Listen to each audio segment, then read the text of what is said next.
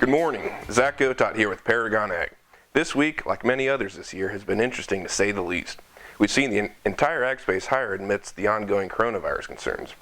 Fear and panic is still swirling in the average consumer as we are seeing grocery stores cleaned out and shelf stockers not being able to keep up with consumer demand. People are worried they're going to be stuck at their homes, so they're going out and getting their hands on as much food as they can. This rapid buying brought the livestock markets back to life. The last 2 weeks we've seen huge movements in boxed beef as packers are pushing out as much product as they can. Packer margins are still well in the green as we're seeing positive cash bids leading the futures market up.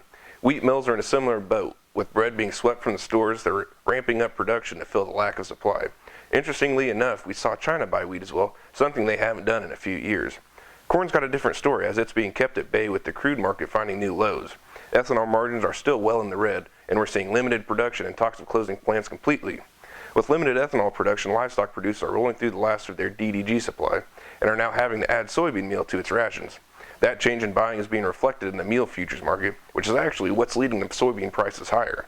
Of course, there's talks about Brazil and Argentina closing down plants and cities, which, if that goes into effect any further, we're likely to continue the trend. At this time, with prices not too attractive, there's still things a guy can do to take advantage of what's being thrown at you. An idea? If you haven't priced any of your fuel for 2020, now's about as good a time as ever to price some cheap diesel.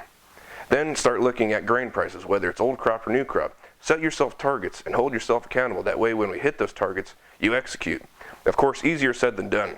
But if you have questions on what you can do at this time, give us a call here at Paragon Ag Advisors at 888-452-8751. I'm Zack Otott. Have a great day.